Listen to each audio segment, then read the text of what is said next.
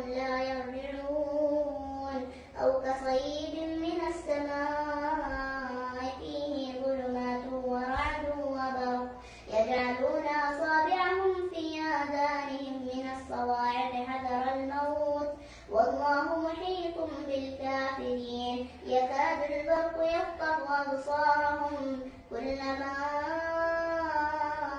أضاء لهم مشوا فيه وإذا